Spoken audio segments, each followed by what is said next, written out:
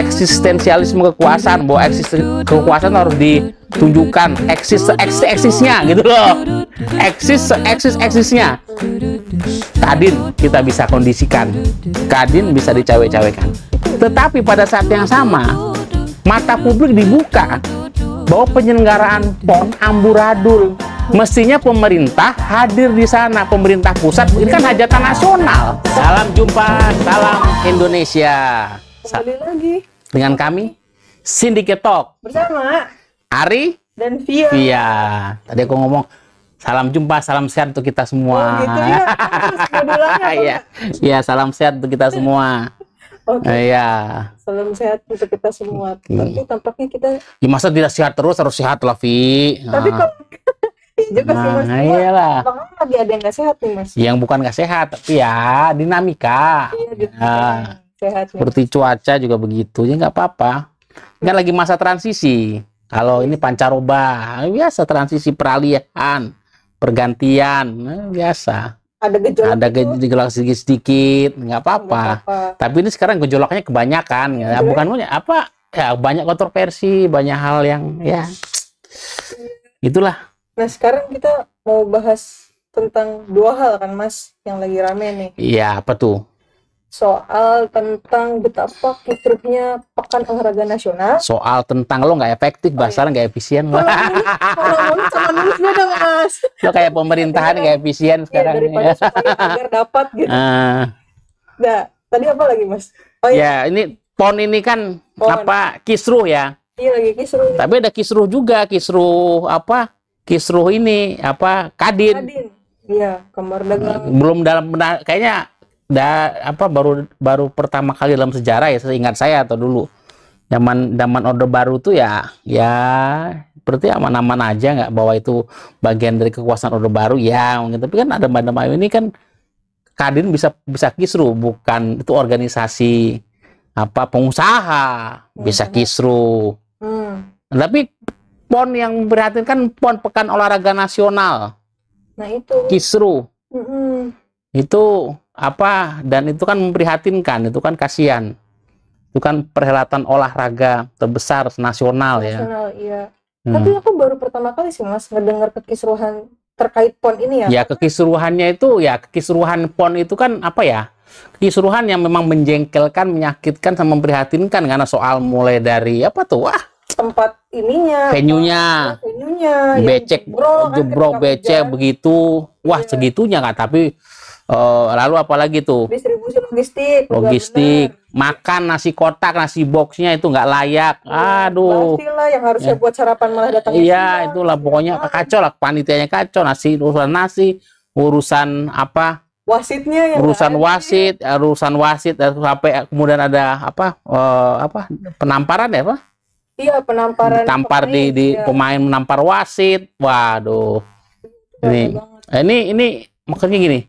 Saya pikir di era ini kan bicara apapun ya, hajatan pesta olahraga ya, itu sebagai ajang sportivitas, ajang juga kita menampilkan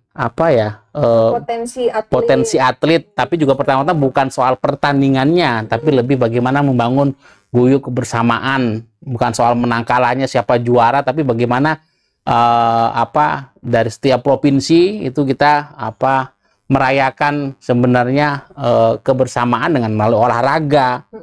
Tapi kemudian kisruh yang ya bahkan belum pernah ada ya. Ya maksudnya olahraga itu, bahkan olahraga 17-an di kampung pun nggak begitu gitu loh. Maksudnya panitianya kok bisa hajatan perhelatan nasional kisruh, urusan makanan, urusan venue, urusan persoalan dress code, ya kan, ada atlet yang memang harus pakai soal hijab segala macam, isu toleransi segala macam, kan ini kan sesuatu yang buat saya mencerminkan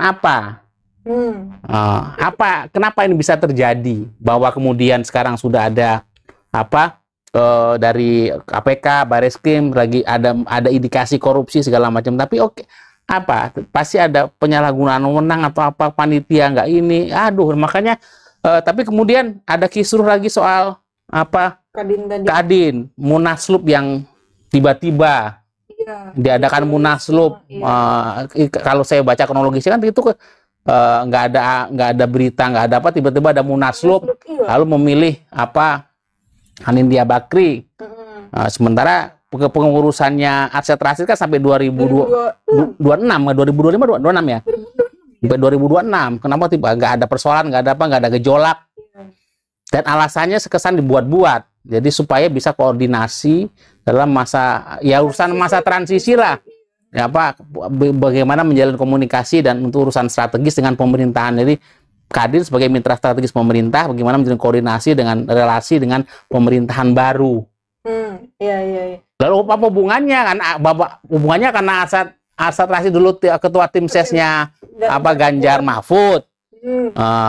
Lalu ini ketua tim sesnya apa Prabowo Gibran itu Rosani yang dulu juga ketua Kadin periode sebelum Arsat. Iya. So, sementara kita bicara dulu kan rekonsiliasi bersama, pemilu sudah selesai, kita menantikan presiden baru yang terpilih. Oke, kita sudah segala ini kita buka lembaran baru dengan tentu nggak ada evaluasi, ada koreksi ke depan. Tapi so what ya, itu makanya hal-hal yang ya bosnya kenapa ini? Kalau menurut Via kenapa? Gue ganti tanya loh. Aku tadi pikir soal kan kisru nih. Tadi Mas Ari udah menyatakan sebuah kata tentang mencerminkan gitu. Mencerminkan apa? Apakah mencerminkan pemerintah kita yang mulai abai atau nggak peduli dengan manajerial atau gimana? Saya sih melihat gini ya, satu sisi ya urusan PON ini kalau kita bicara ini kan sebenarnya perhelatan olahraga di masa terakhir pemerintahannya di era Pak Jokowi. Ya. Ini kan ya, di masa transisi, di masa akhir. Seakan-akan kok tidak diperhatikan, seakan-akan kok tidak dipedulikan, seakan-akan kok tidak dicawe-cawein.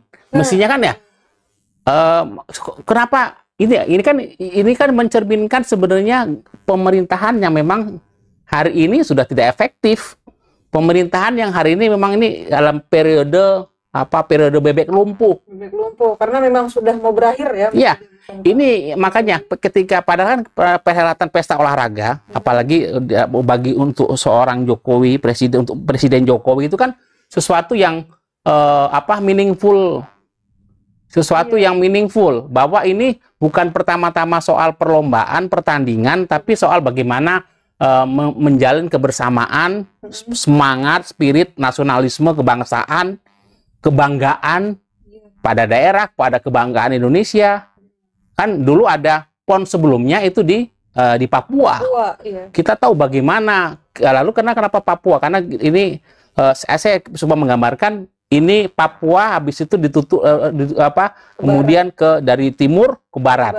Pada saat itu Pak Jokowi saya ingat ada setelah ini sudah di Papua, di timur Indonesia, lalu kita pindah ke barat, ke tuan rumahnya Aceh dan Sumatera Utara. Jadi kan memang ada sebuah orkestrasi bagaimana keindonesiaan, kebangsaan, dan kita tuh bagaimana dan itu ada sebuah branding soal nasionalisme, kebangsaan, persatuan, kenusantaraan, spirit kebangsaan yang dibangun melalui PON. Itu kan esensinya bukan pertama-tama mencari siapa juara, siapa pemenang, tapi lewat pertandingan, sportivitas, fair play, permainan dengan olahraga sebagai permainan secara fair, sportif.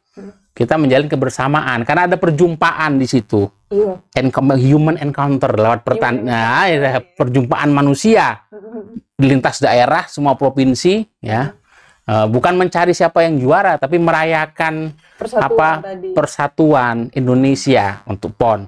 Dan bagaimana di Papua itu kan sukses sebagai sebuah upaya bagaimana ada pesan nasionalisme, tapi juga ada pesan soal bagaimana keamanan, security, keamanan Papua. Saat itu kan ada banyak kasus kriminal bersenjata, OPM segala macam, soal Papua tidak aman. Presiden Jokowi mengatakan Papua aman. Dengan lewat acara PON segala macam sebagai perhelatan semua provinsi sebagai satu saudara datang ke Papua merayakan PON. Sebelum ini itu tahun 2021 ya, saya nggak hafal, tapi itu PON sebelum sekarang itu adalah di Papua. provinsi paling timur Indonesia. Lalu kemudian sekarang pindah ke barat. Dan ini era di mana sebenarnya era ini harusnya menjadi legacy sebagai, karena Pak Jokowi dulu ada, kita dulu yang heboh begitu kan ketika Asian Games.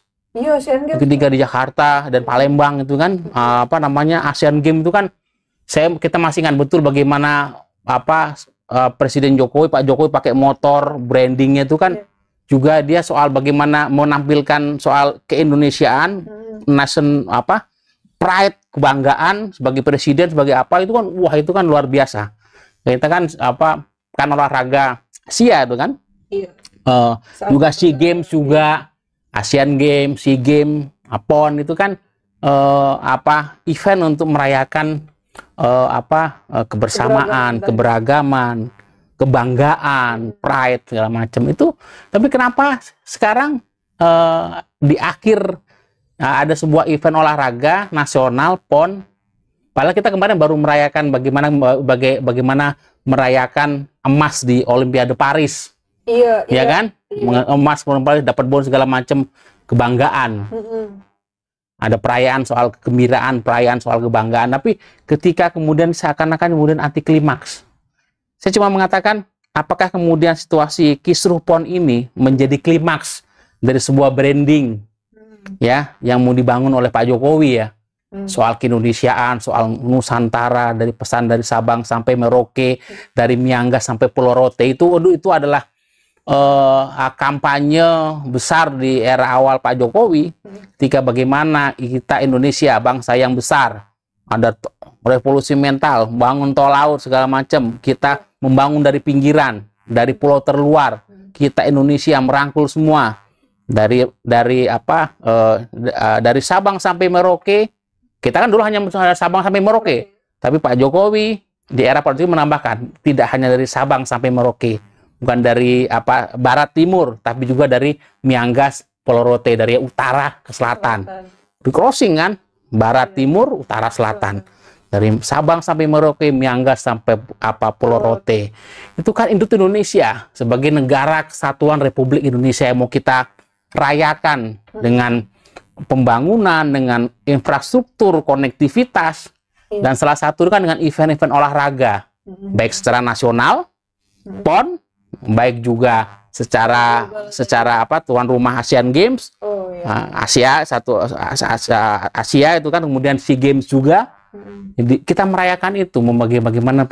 Tapi ketika ini kisruh PON itu kan kok bisa dengan semua capaian event-event olahraga yang kita adakan selama ini, kenapa? Mengatakan apakah ini juga mencerminkan memang hari ini dia secara politik ini yang disebut periode bebek lumpuh, lame duck period.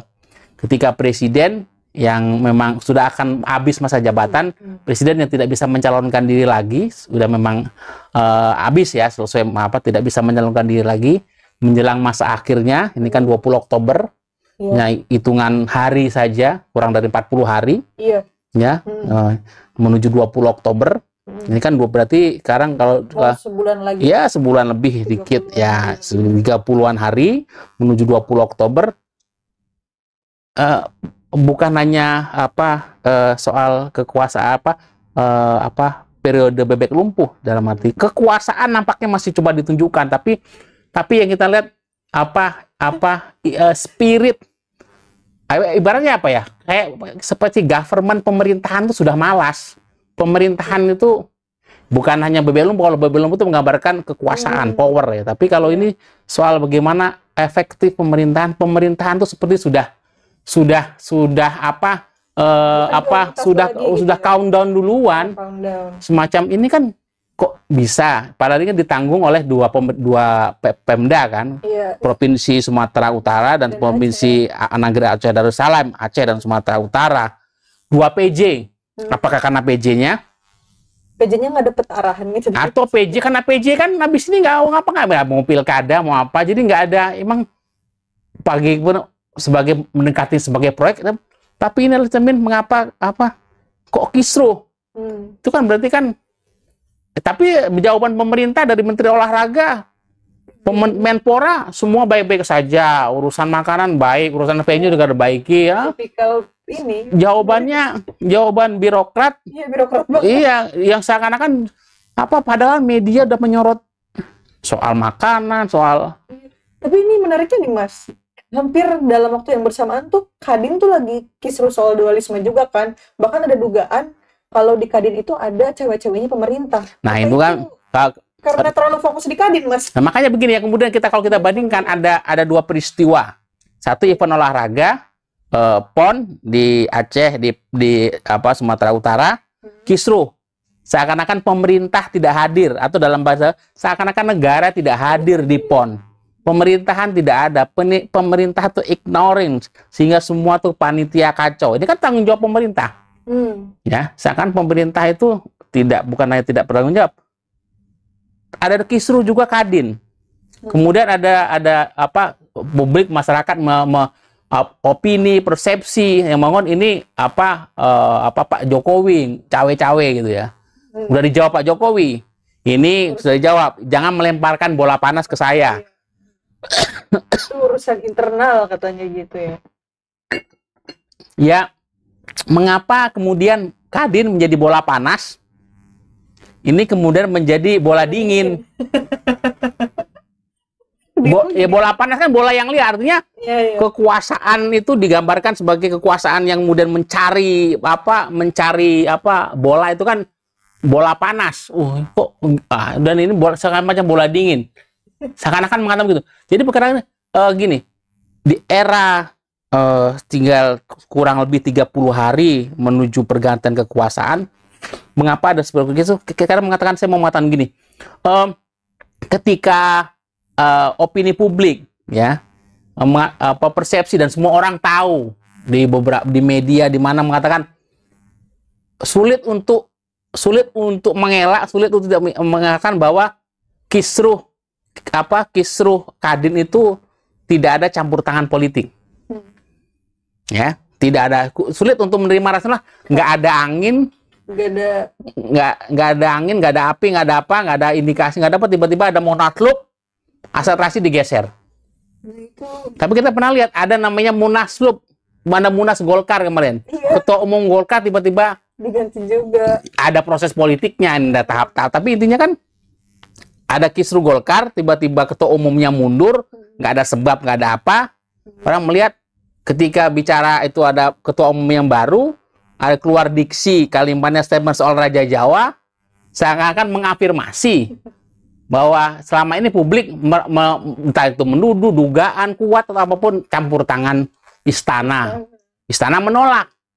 Tapi kan statement penolakan segala macam kan tidak harus kemudian kemudian ketika statement itu tidak benar, ya. Tidak kemudian lantas membatalkan bahwa campur tangan itu tidak ada gitu kan. Jadi nggak bisa diterima mentah-mentah. Nggak bisa terima mentah-mentah. Ini ada kisruh Golkar, pergantian ketua umum. Kalau coba membandingkan kisruh Pak Golkar, kisruh tiba-tiba ketua umumnya diganti, tiba-tiba Pak Erlangga mengundurkan diri, nggak ada sebab, nggak ada apa, prestasinya bagus segala macem, tiba-tiba diganti Pak Bahlil, menterinya Pak Jokowi, sebelumnya direshuffle menjadi menteri pertambangan energi dan sumber daya alam ya. Lalu apakah kemudian orang membandingkan apakah pola yang mirip? Makanya sulit untuk secara akal sehat, sulit untuk menerima bahwa kisruh di Kadin itu tidak ada intervensi, tidak ada campur tangan politik. Ya. Sementara maksudnya gini, di masa transisi atau di periode bebek lumpuh ini yang memang dibentuk di semua pemerintahan presiden itu memang periode bebek lumpuh. Kekuasaan itu mencoba dieksistensikan, eksistensi kekuasaan itu coba dieksplisitkan, dilihatkan. Kenyataannya kekuasaan itu sedang memudar, kekuasaannya sedang bebek lumpuh. Periode kekuasaan, periode bebek lumpuh itu faktanya itu mengatakan. Jadi tetapi pada saat yang sama ketika itu justru itu mau dinegasikan dengan sebuah cawe-cawe seakan-akan. Jadi makanya apakah betul ada cawe-cawe di Golkar, cawe-cawe Pak Jokowi di di Golkar, kemudian cawe-cawe Pak Jokowi di Kadin, itu nggak penting. Tapi persepsi publik, persepsi masyarakat mengatakan itu. Kenapa? Persepsi dasar logika publik mengatakan nggak mungkin Golkar nggak ada apa pergantian ketua umum. Iya. Dan pergantian umum adalah quote and quote orangnya Pak Jokowi gitu ya, menterinya, dan apalagi ketika pidato Raja Jawa. Sama dengan Kadin, sulit menerima bahwa Pak Jokowi bisa mengatakan jangan melempar bola panas saya. Istana mengatakan tidak ada cawe-cawe. Jadi persepsi publik sulit menerima secara akal sehat. Tidak ada angin, tidak ada angin, tidak ada hujan, tiba-tiba munaslup dan diganti. Kaget. Bahkan katanya itu juga melanggar ADART katanya. Melanggar ini ada proses internal, soal ADART, tidak cukup alasan untuk pergantian itu, dan tiba-tiba. Makanya jadi di Kisruh Kadin saya mengatakan bagaimana kekuasaan yang secara faktual objektif memang dalam periode bebek lumpuh, Lemdak period itu coba dinegasikan bahwa saya penguasa itu masih bisa cawe-cawe, masih bisa cipta kondisi untuk organisasi seperti Kadin. Jadi itu sebagai pembuktian di saat lemdaknya itu ya? Itu bukan pembuktian, semacam itu kan semacam ya pembuktian eksistensialisme kekuasaan lah. Bahwa kekuasaan itu harus tetap eksis sampai benar kekuasaan itu harus berhenti. Ya, ini kan sebuah negasi sebenarnya. Faktanya kan Lemdak sedang. Faktanya Lemdak apa? Faktanya Lemdak adalah ya di PON. PON itu menegasikan bahwa sebenarnya pemerintahan sekarang, pemerintahan daerah, pemerintahan pusat, pemerintahan daerah itu lagi pausing, iya lagi jeda, waiting saja, menjalankan rutinitas, jadi kan pemerintahan nggak efektif bekerja, kepemimpinan daerah nggak bekerja. Tapi itu mencerminkan bahwa itu di level nasional, di pemerintahan daerah, pemerintahan itu sudah bebek lumpuh.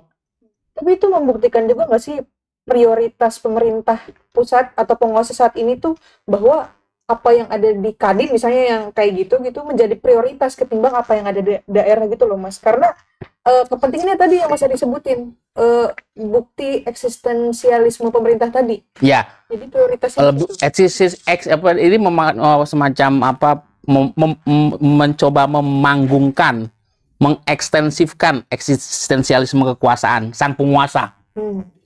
Jadi itu yang mau ditunjukkan. Kan gini, faktanya kekuasaan itu sedang memudar. Ini periodenya periode bebek lumpuh. Itu mau dinegasikan enggak? Kekuasaan masih eksis, seeksis-eksisnya. Buktinya kekuasaan, penguasa bisa cawe-cawe di Kadin.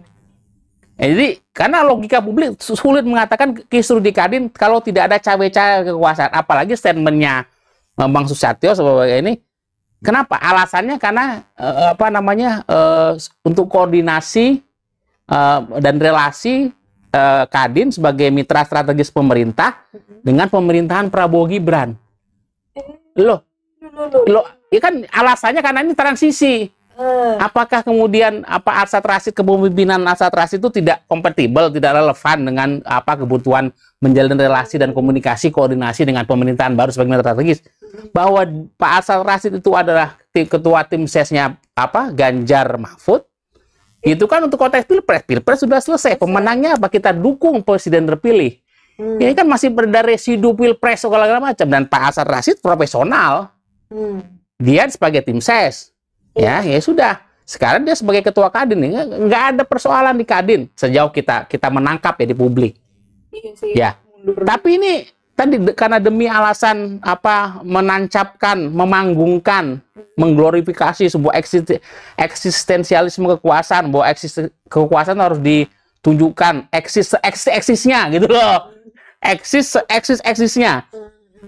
Kadin kita bisa kondisikan, Kadin bisa dicawe-cawekan. Tetapi pada saat yang sama, mata publik dibuka bahwa penyelenggaraan PON amburadul. Mestinya pemerintah hadir di sana, pemerintah pusat, ini kan hajatan nasional, event nasional, bahwa penyelenggaranya adalah pemerintah daerah, gubernur, PJ, provinsi Aceh dan provinsi Nanggro Aceh Darussalam dan provinsi Sumatera Utara. Iya, penyelenggaranya gubernur, PJ, kepala daerah, PJ gubernur. Tapi kan hajatan nasional. Menpora punya tanggung jawab, Menkokesra, pemerintah pusat punya tanggung jawab. Tupoksi pemerintah, pemerintah itu kan penyelenggara negara. Tupoksi pemerintah adalah ini kekuasaan lain lagi ya. Ini kekuasaan, bicara power, bicara kekuasaan. Dalam relasi kekuasaan, dia ingin ditampilkan eksistensialisme kekuasaan seeksis-eksisnya. Sementara dia semakin melalaikan sebagai pemerintah sebagai penyelenggara kekuasaan negara, lalai dengan tugasnya. Ini bicara yang kelihatan bahwa penyelenggaraan PON itu kan sulit mengatakan amburadulnya, kisruhnya PON itu tanpa keteledoran, tanpa tanpa dosa dari pemerintah pusat. Serem banget ini. Ini kan pasti kan ya kalau apalagi kita merujuk event-event olahraga sebelumnya itu selalu wah besar branding, positif, image-nya sangat positif, bagus, venue-nya, olahraga ininya, pertandingan, spiritnya. Bahkan pernah dulu kan Pak Jokowi sama pernah pada acara olahraga Pak Jokowi sama Pak Prabowo itu di pencak silat kan ketemu. Iya. Ketemu bareng itu pertama kali setelah Pilpres 2014 atau apa itu dulu atau 2009 itu 2014 kayaknya itu pertama kali bertemu kan di ajang olahraga. Bagaimana rekonsiliasi selalu sesuatu yang par excellence lah event-event olahraga di eranya Pak Jokowi. Ini event olahraga kisru amburadul mulai dari urusan venue, becek, sampai urusan makanan, urusan wasit, wasit ditempeleng oleh pemain pada sebuah pertandingan itu kan sebuah aib yang sportivitas nggak ada lagi. Itu sebuah premanisme olahraga. Wasitnya juga nggak adil gitu sih. Lalu urusan dress code atlet, urusan kerudung, hijab segala macam jadi persoalan. Itu kan manajemen panitia amburadul. Tapi kan ini refleksi bukan soal panitia setempat, tapi ini refleksi bagaimana pemerintah pusat juga nggak care lagi dengan PON, nggak peduli lagi dengan PON. Kan sulit melepaskan, ini memang tanggung jawab gubernur, PJ, pemerintah daerah, panitia. Tapi sulit melepaskan ini PON sebagai ajang nasional sebagai tanggung jawab pemerintah pusat. Artinya apa? Udah lepas tanggung jawab. Kenapa? Pemerintah sebagai penyelenggara negara sudah nggak peduli lagi. Tapi itu kayak ada kesan bahwa pemerintah atau penguasa sekarang itu lebih mengutamakan haus akan kekuasaannya sendiri ketimbang persatuan Indonesia, karena Mas Ali sebelumnya juga bilang kan PON itu kan diikuti sama seluruh Indonesia kan gitu, berbagai suku dan segala macam tuh bergabung, itu terkesan kayak jadi kekuasaannya terjadi inflasi ekspresi kekuasaannya dari inflasi ekspresi kekuasaan, tetapi jadi deflasi soal penyelenggaraan negara, pemerintahan. Jadi pemerintah sebagai penyelenggara negara jadi deflasi kan, jadi turun nilainya, kepeduliannya, care-nya, I don't care apa. Ini sudah periode lemdak. Jadi saya mau mengatakan begini, ya mestinya yang bisa cawe-cawe, ngapain cawe-cawe Kadin? Ngapain cawe-cawe Kadin, membuat Kadin kisruh, membuat ketidakpastian, akhirnya berimpact pada ketidakpastian investasi, iklim investasi, image bagaimana ini kan menimbulkan ketidaknyamanan untuk pengusaha dan investor. Iya, jadi bingung ya? Iya, Pak, ancaman terhadap bagaimana udah kita sulit nyala investasi tadi. Ngapain? Oke, siapapun yang cawe, ngapa ada tangan-tangan yang kemudian cawe-cawe di urusan yang memang hadir, ngapain, kurang kerjaan. Yang di depan mata tanggung jawabnya, tugas pokok fungsi pemegang kekuasaan itu memastikan bahwa sampai dengan 20 Oktober itu penyelenggaraan negara, pemerintah sebagai penyelenggara kekuasaan negara itu well done dengan semua proses pemerintahan. PON itu sebagai event olahraga terakhir penutup. Ini kan chapter penutup. PON itu adalah hajatan event olahraga nasional, chapter penutup untuk eranya Pak Jokowi. Mengapa tidak dijaga? Jadi ekspresi kekuasaannya itu dieksplisitkan, bisa karena memang mungkin kepanikan. Gimana kekuasaan tuh harus dieksplisitkan seeksis-eksisnya gitu kan, ditampilkan, ditunjukkan seeksis-eksisnya. Nah, tetapi pada saat yang sama, urusan tanggung jawab penyelenggaraan pemerintahan negara untuk urusan event olahraga itu kan hanya ignoring gitu loh, dilupakan, diabaikan. Ini karena sudah masa tanah. Maksudnya, ngapain cawe-cawe Kadin sehingga Kadin kisruh, sementara tanggung jawab penyelenggara negara memastikan bahwa PON itu berjalan baik, bernilai buat negara, buat kebersamaan. Itu tidak, akhirnya apa? Karena kan inilah yang saya sebutkan, membandingkan kisruh Kadin dengan kisruh PON ini. Nah, jadi kisruh Kadin itu adalah sebuah Superman kekuasaan yang dicoba ditampilkan. Superman kekuasaan. Ya, Superman kekuasaan. Tetapi ini kisruh PON ini adalah parasit kekuasaan. Akhirnya jadi parah karena mengumbar kekuasaan di masa transisi, kan? Tapi kemudian pada sisi lain jadi parasit, jadi beban, jadi masalah pada kisruhnya PON. Ya kan kisruh PON itu kan emang nanti ada ditelusuri potensi korupsi oleh KPK dan Polri. Tapi kan apapun itu kan pemerintah pusat memastikan bahwa PON berjalan dengan baik. Iya. Ada dana, kan ada fungsi kontrol pengawasan, ada fungsi bagaimana memonitoring evaluasi kesiapan selama ini segala macam. Yang harusnya cewek-cewek di PON ya. Iya, harusnya kan cewek-ceweknya di Kadin. Betul, ini kan salah alamat. Ngapain cawe-cawe di Kadin?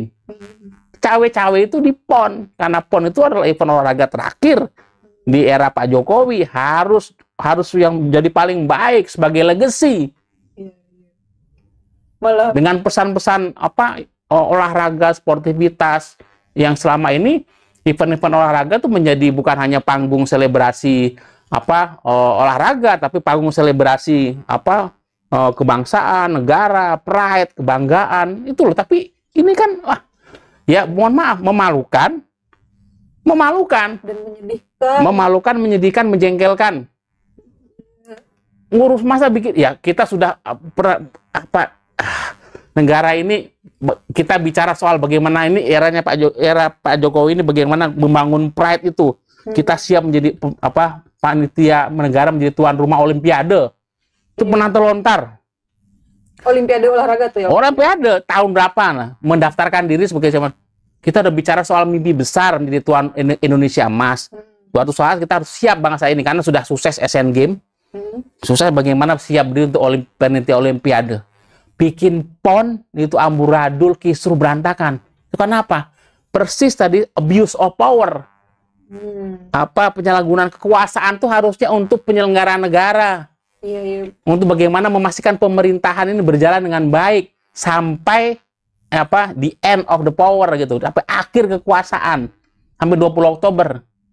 Nilainya sama.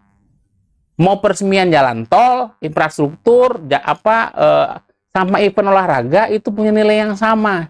Seakan-akan ini tidak diperhatikan lagi, nggak penting. Iya. Ini kapan? Nggak penting, Bu. Jadi nggak dihitung lagi, nggak direken. Bukan prioritas lagi. Ya. Bukan prioritas, nggak direken, nggak penting. Akhirnya udah biarin berjalan seadanya saya sesuai agenda. Ya, apalagi kalau kita tahu sosialisasi di media segala macam bagaimana, itu kan PON ini kan kurang sekali. Iya lagi, aku juga baru tahu. Iya, ada PON, baru tahu ketika rame-ramenya. Iya. Mau ada PON, iya, tapi bagaimana itu beda dulu tingkat di Papua itu kan bagaimana sosialisasi. Kita menyambut gegap gempita, ini kan nggak ada. Kan marilah kita belajar bahwa ketika di akhir kekuasaan, masa transisi, ya kekuasaan ini memang meredup. Ini periode bebek lumpuh, lemdak periode. Tetapi pemegang kekuasaan harus memastikan bahwa penyelenggaraan negara, pemerintah itu harus tetap berjalan sebaik-baiknya, ya. Fungsi pemerintahan negara dari semua lini, dari semua sektor harus berjalan sebaik-baiknya dan sehormat-hormatnya. Kayak Nyai Ontosoro. Nah iya, Iya, iya kan ini kan akhirnya apa? Sinyo ya. Ya akhirnya pemerintah hanya gitu aja.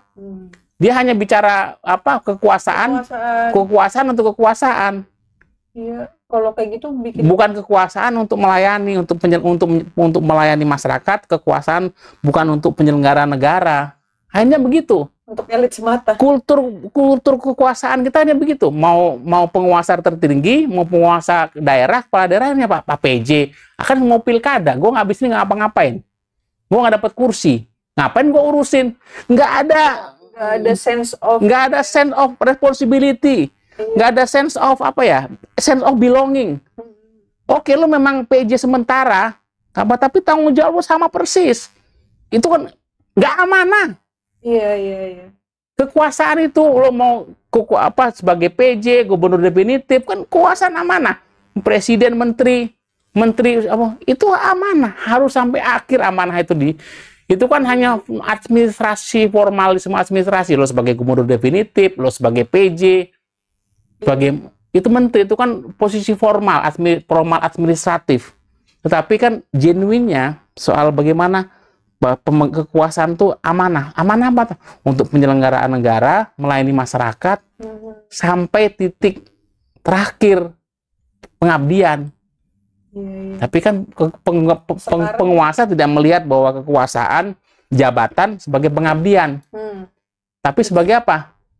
Sebagai tempat bermain. Sebagai apa? Bukan tempat bermain kekuasaan. Itu kursi kekuasaan, bukan apa pengabdian. Ini kan cermin dari wajah politik kita, kekuasaan kita, yang memang sangat sayang. Kok PON akhirnya begini ceritanya? Ini kan PON yang sekarang Kadin malah kisruh. Nah itu Mas, tadi kan PON kisruh, Kadin kisruh. Kalau kayak orang kurang kerjaan gitu loh kan masih kayak ya. Kenapa PON aja nggak dibenahi, nggak dipegang? Oh, gregetan itu kita tuh. PON nggak dipegang, nggak dimanage dengan baik sebagai legacy terakhir ya, simbolik event terakhir di eranya Pak Jokowi. Harusnya pemegang kekuasaan tertinggi sampai kemudian di daerah segala macam punya kesadaran yang sama untuk bagaimana kekuasaan yang mengabdi rakyat, kekuasaan untuk penyelenggara negara. Negara harus hadir. Ya, dia kan sebagai penyelenggara negara. Negara harus hadir lewat penyelenggara, pemerintah sebagai penyelenggara negara. Ini negara malah hadirnya mencampuri urusan Kadin, tetapi malah negara nggak hadir untuk memastikan bahwa PON berlangsung dengan sebaik-baiknya dan sehormat-hormatnya. Gimana? Aduh, jadi. Ingin menyampaikan kegalauan lagi. Tadi Mas Ari udah nyebutin beberapa tentang dampak ketika pemerintah kalau cewek-cewek di Kadin tuh bakal berdampak ke investasi dan segala macam. Nah, kalau ke PON gimana, Mas? Apakah nanti ke depannya ini kan bikin luka ya buat banyak atlet. Iya. Nah, ke depannya apakah nanti justru atlet-atlet dan penyelenggara selanjutnya enggan untuk melaksanakan PON lagi, Mas? Ya, pasti ada kesedihan, kegalauan, ada kekecewaan yang mendalam sampainya ini kan atlet itu sebagai the leader of sportif the leader of sportivitas spirit gitu loh. Spirit sportivitas itu kan atlet itu kan soal semangat vini vidi vici, datang bertanding menang. Tapi dengan sportif, dengan fair. Itu kan semangat olahraga, sportivitas, fair play. Ini kan semangat juga bagaimana kita dalam kontestasi, dalam berpolitik, dalam apa. Akhirnya apa kita mengatakan, bahkan di ajang yang memang olahraga, orang kan akhirnya kehilangan spirit itu. Sekarang kan banyak, mau dalam bahasa Jawanya, akhirnya atlet kita pada ngelokro itu udah males, jadi ugah-ugahan, jadi apa? Karena persis kan, kok begini ya? Nepotisme bakal rame. Ya, ini kok begini ya? Ini tentu ini bukan hanya sebuah cerita buram di chapter terakhirnya Pak Jokowi. Kan sudah banyak cerita buram di akhir Pak Jokowi kan menambahi keburaman lagi gitu loh. Gimana ini? Itu kita melihat bagaimana di chapter terakhir Pak Jokowi banyak cerita-cerita apa buram lah. Akhirnya bagaimana kita berharap di eranya Pak Jokowi itu apa soft landing, semua dengan baik, catatan kebaikan bahwa di halaman-halaman di chapter depan dari chapter dari sampul depan halaman membuka chapter-chapter yang ada itu kan cerita soal apa pembangunan, infrastruktur, kebaikan. Tapi ada memang di chapter terakhir banyak cerita-cerita kelam ya yang kemudian kita catat ini kok nambahi kekelaman dengan kisruh PON yang mestinya itu masa kita tuh bisa kalau pemerintahan berjalan dengan baik dari pusat ke daerah, PON pasti terselenggara dengan sebaik-baiknya dan sehormat-hormatnya seperti juga event-event olahraga yang lain. Dan atlet kita dengan dua kebanggaan berprestasi. Ini kan persis ketika wasit di Persib tidak adil sampai ada kemarahan yang pemain sampai menampar, ada peristiwa olahraga itu kan terjadi, ada kekecewaan yang sudah membuncah.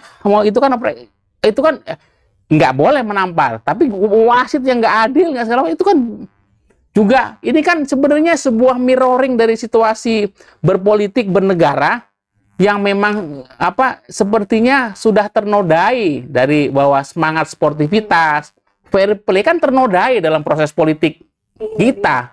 Itu seakan-akan terreplikasi di ajang olahraga, ajang yang sebenarnya yang prominent sekali untuk namanya sportivitas, fair play, semangat juang, kayak datang bertanding menang dengan sportivitas.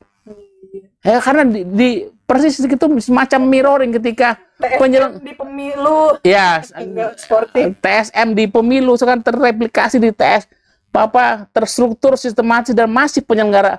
Jadi kan ini cerminan bahwa PON ini kan gambaran bagaimana praktik penyelenggaraan negara yang memang abuse of power, sehingga secara terstruktur, sistematis dan masif dari pusat ke daerah. Iyalah. Sehingga amburadul kemudian juga terjadi di para atletnya. Ini kan sebuah kemunduran mental bangsa. Iya, itu revolusi mental ya, Mas. Nah, ini kan sebuah kemunduran mental bangsa yang luar biasa. Apakah kemudian kita tarik pada titik nol ketika bicara revolusi mental? Ini kan maka menjadi bukan, kalau kita bicara titik nol ketika bagaimana maklumat revolusi mental itu di statementkan, dinyatakan. Tapi sekarang kesemakan bukan titik nol, malah minus. Minusnya. Iya. Itu kan aib ketika terjadi penamparan di lapangan sepak bola gitu kan. Erick Thohir sangat keras. Tapi kan bukan soal sanksi. Bagaimana kita merefleksikan peristiwa kisruh amburadul di lapangan di lapangan, di penyelenggaraan, di nasi box, di dress code, di segala macam sebagai cermin dari memang carut marutnya, bobroknya soal wajah berpolitik dan bernegara kita. Itu kan replikasi. Jadi selalu realitas itu kan selalu ada mirroring gitu ya. Iya. Ya, ketika itu saya percaya pada kondisi bahwa ketika kita menebar kebaikan, kita akan juga menuai kebaikan. Plato. Tapi ketika realitas kita melakukan misal gini, kita terlalu negatif thinking, ya, berpikir negatif, tindakan kita juga negatif. Kalau kita berada di kerumunan yang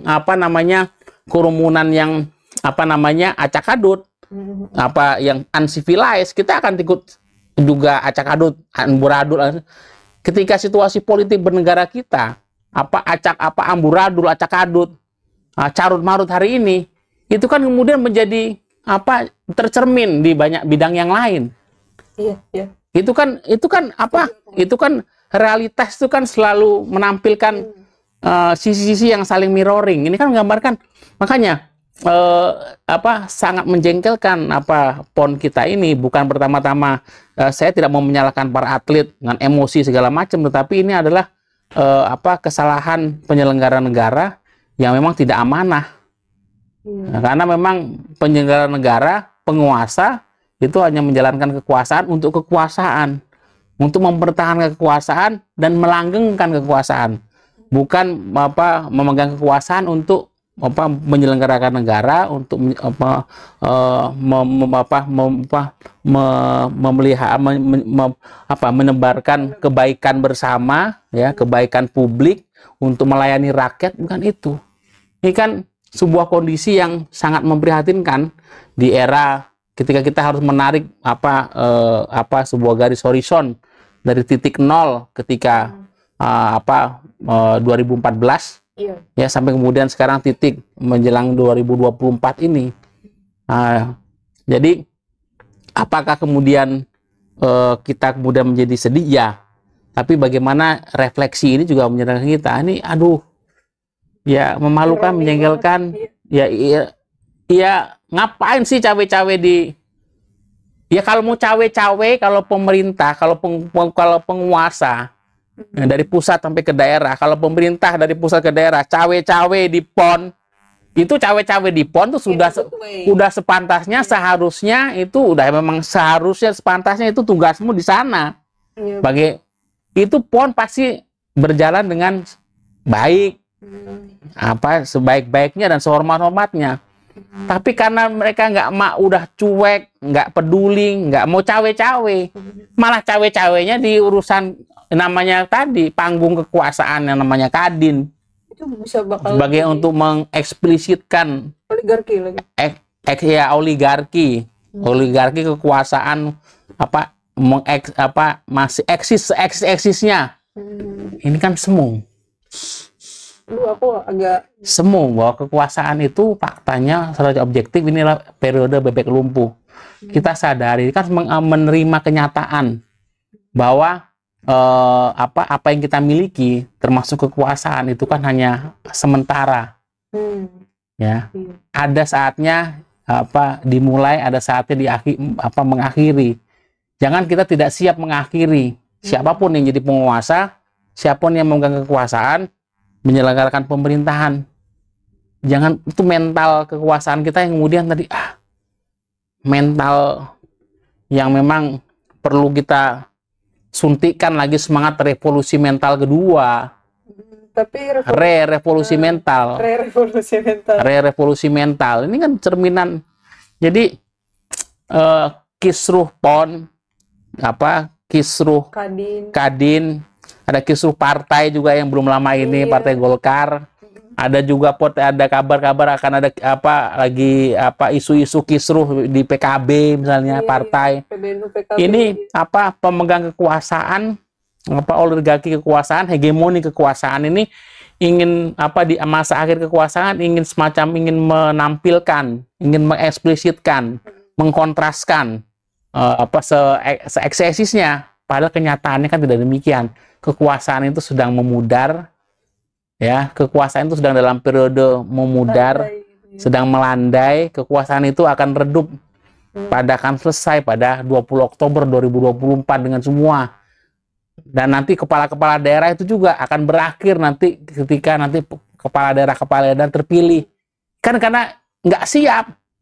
Yang akan berakhir di 20 Oktober tidak siap, seakan-akan yang akan berakhir sebagai PJ yang akan digantikan oleh kepala daerah tidak siap untuk meninggalkan kursi kekuasaan. Nanti akan ada pilkada, akan terpilih kepala daerah definitif, ya, dan menteri-menteri juga nggak siap. Nanti 20 Oktober juga itu nggak siap. Nggak siap untuk meninggalkan gelanggang kekuasaan.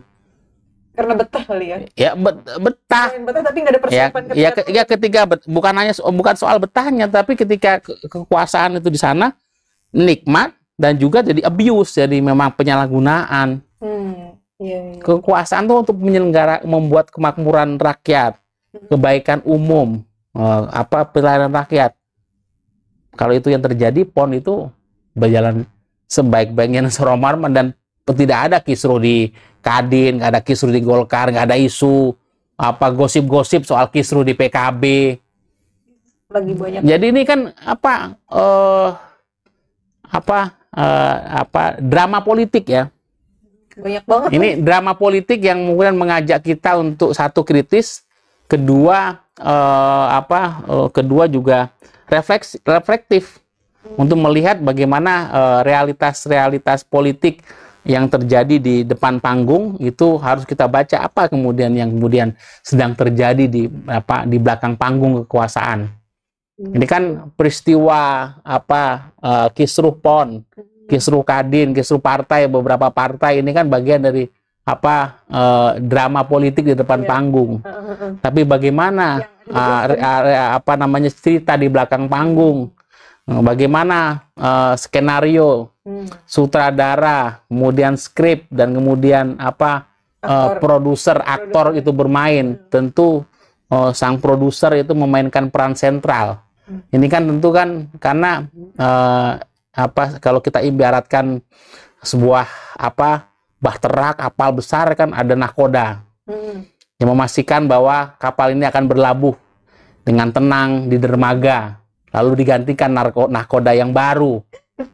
Ya, ibaratnya kita ini kan kita ibaratnya bahtera kapal besar ini mau menepi, tapi kan ombaknya dibikin bergelombang atau apa. Harusnya kita bisa menepi ke tepian. Kita itu sedang menepi ke tepian pelabuhan untuk menjemput nahkoda baru yang akan melanjutkan kapal ini berjalan di samudra Nusantara ini gitu loh. Ternyata diterpa badai. Tapi kemudian badai kemudian diciptakan sendiri. Mestinya kan kita bisa menikmati situasi yang ya namanya gitu. Suasana ketika kapal berlabuh itu kan suasana yang romantis mestinya. Loh iya loh. Coba bayangkan. Aksi mabok laut ya, Mas? Ya, suasana kapal itu ketika berlabuh itu suasana yang romantis. Kalau kita naik kapal itu bahkan orang berfoto-foto, tapi kalau di tengah laut kan angin kencang atau apa itu ada romantisme juga, tapi ada sebuah romantisme yang khas ketika kapal itu berlabuh. Ada suasana tenang, ya apalagi ketika langit senja gitu kan. Itu kan ya ada sebuah romantisme untuk kapal berlabuh.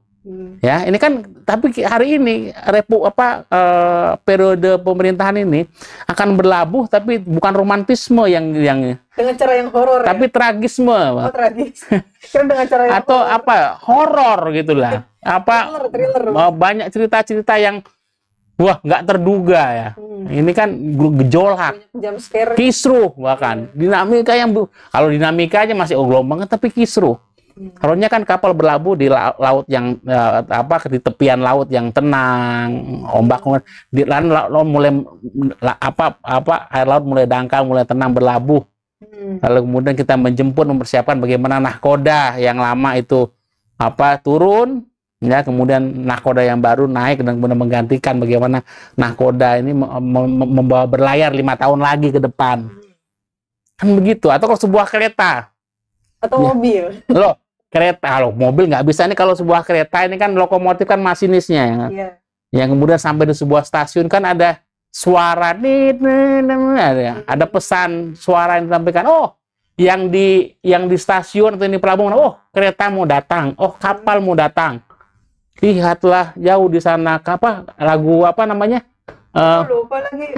Kapal laut. Nah, itu di kereta, Mas. Nah, ya sama dengan kereta. Jadi ada sebuah romantisme baik ada mereka yang ada di dalam kapal, kemudian mereka yang menunggu di pelabuhan. Ada sebuah romantisme harusnya ketika kereta mau sampai ke stasiun. Dia penumpang yang di dalam kereta sama masinisnya dan kemudian yang menunggu yang di stasiun.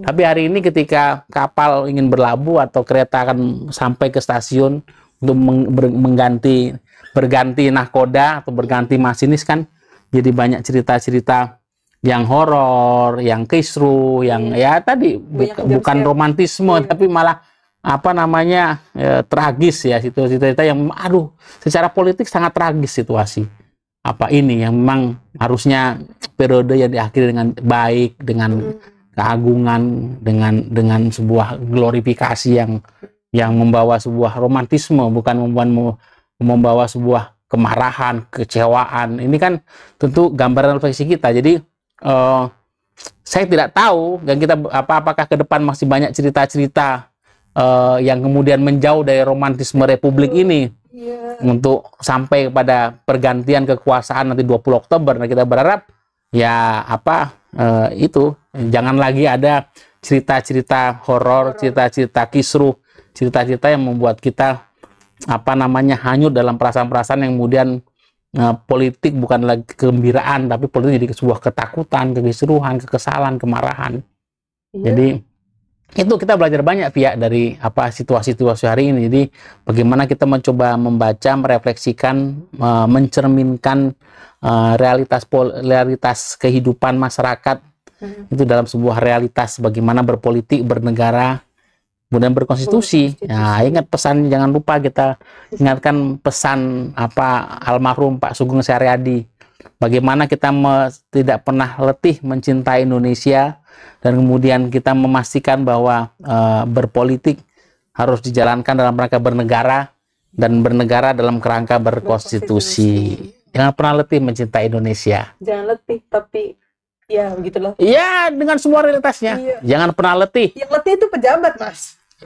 Pejabat nggak pernah kena letih karena mau bertahan terus. Yang jangan pernah letih mencintai Indonesia. Terima kasih teman-teman. Sampai jumpa. Salam Indonesia.